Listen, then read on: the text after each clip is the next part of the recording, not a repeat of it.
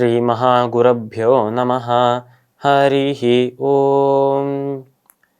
सदाशिवसमारम्भां शङ्कराचार्यमध्यमाम् अस्मदाचार्यपर्यन्तां वन्दे குருபரம்பராம். ஜெம் டிவியின் அன்பர்களுக்கு எனது வணக்கங்கள்.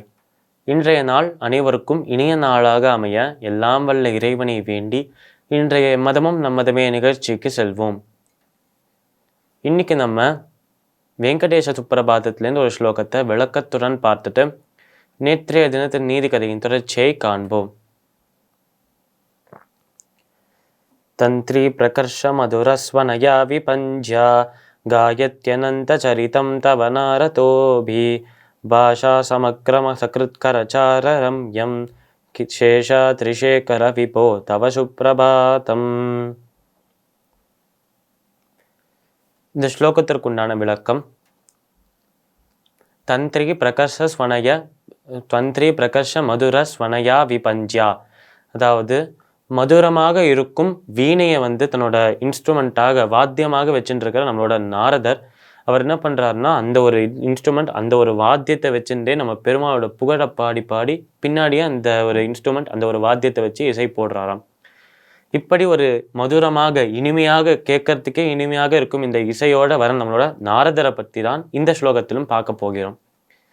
தந்திரி பிரகர்ஷ மதுர ஸ்வனயா விபஞ்யா காயத்ய நந்த சரிதம் தவ நாரதோபி, அதாவது அனந்தமாக முடிவே இல்லாமல் முடிவற்ற ஒரு முடிவற்ற குணங்களோட கதையாக இருக்காம் நம்மளோட பெருமாளோட கதை. அதனால் அப்பேற்பட்ட பெருமானோட பகவானோட கதையாக இருக்கும் பாகவதமாக பகவானோட கதையாக இருக்க அந்த ஒரு கதையை அனந்த குணங்கள், அதாவது முடிவற்ற குணங்கள் கொண்ட பகவானோட கதையை பாடிக்கொண்டே வருகிறாராம் நம்மளோட நாரதர். அதனால் அனந்தமாக குணங்களை கொண்ட பகவான் அவரோட புகழை பாடிக்கொண்டிருக்கும் நாரதர் அடுத்தது என்ன பண்ணார் என்றால், காயத்ய நந்த சரிதம் தவநாரதோவி பாஷா சமக்ர மசகிருத் கரச்சார ரம்யம், அவரோட அந்த ஒரு சொற்களும் அவர் அந்த பகவானை போற்றி அந்த சொல்கிற ஒரு சொல்லும் ஒரு வார்த்தையும் ஒரு வேர்டும் அவ்வளவு இனிமையாக அவ்வளவு அழகாக இருக்குது என்று இந்த ஸ்லோகத்தில் கூறுகிறோம். நம்ம நாரதர் யாரை போற்றுகிறாரோ அவர் மட்டும் பார்க்கறதுக்கு அழகா இல்லையாம், அந்த அழகாக இருப்பவரை போற்றுகிறதுனால நாரதர் கூறும் ஒரு வார்த்தையும் அவ்வளவு அழகாக இருக்குது என்று ரொம்ப அழகாக இந்த ஸ்லோகத்தில் சொல்கிறார். அப்பொழுது நம்மளோட நாரதர் சொன்னாராம், சேஷாத்ரி சேகர விபோ தவ சுப்பிரபாதம், அதாவது இதுவரைக்கும் வந்த எல்லா பக்தர்களும் சொன்ன மாதிரியே நம்ம நாரதரும் சேஷாத்ரி என்று அழைக்கப்படும் அந்த மலையின் உச்சியில் அவதரித்த பெருமாளே உனக்கு நமஸ்காரம், உனக்கு மங்களம் உண்டாகட்டும் என்று நாரதர் கூறுகிறாராம். இந்த ஸ்லோகத்திற்குண்டான விளக்கம் இதுவே. இப்போ நம்ம நேற்றைய தினத்தின் நீதி கதையின் தொடர்ச்சியை காண்போம்.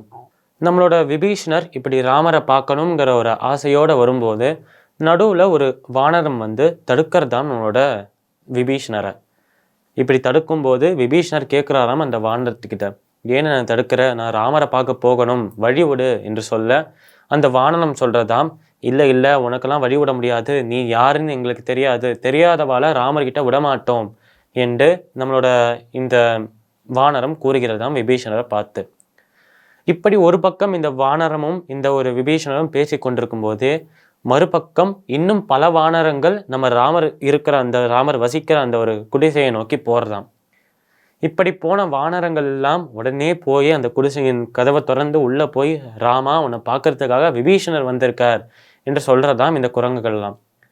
அப்போ ராமர் கேட்குறாராம், விபீஷணரா? அவர் ராவணனோட தம்பியாச்சு, அவர் எதுக்கு என்ன பார்க்க வரணும் என்று ஒரு குழப்பமாம் நம்ம ராமருக்கு.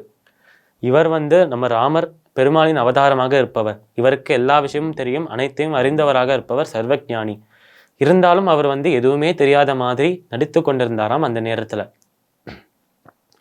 இப்போ நம்மளோட ராமர் இப்படி கேட்கும்போது அவர் பக்கத்தில் உட்கார்ந்து கொண்டிருந்த நம்மளோட லக்ஷ்மணர், சுக்ரீவர், ஜாம்பவான் போன்ற பல பேர்கிட்ட அவா என்ன யோசிக்கிறா என்று கேட்குறாளாம்.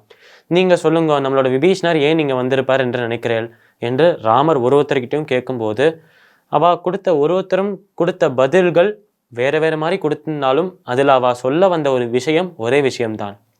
அப்படி ஒருத்தரும் என்னென்ன டிஃப்ரெண்ட்டான பதில் தந்தா, அது எப்படி ஒரே விஷயத்த எல்லாருமே சொன்னா, நாளை தினம் பார்ப்போம். மீண்டும் நாளை சந்திப்போம். நன்றி, வணக்கம்.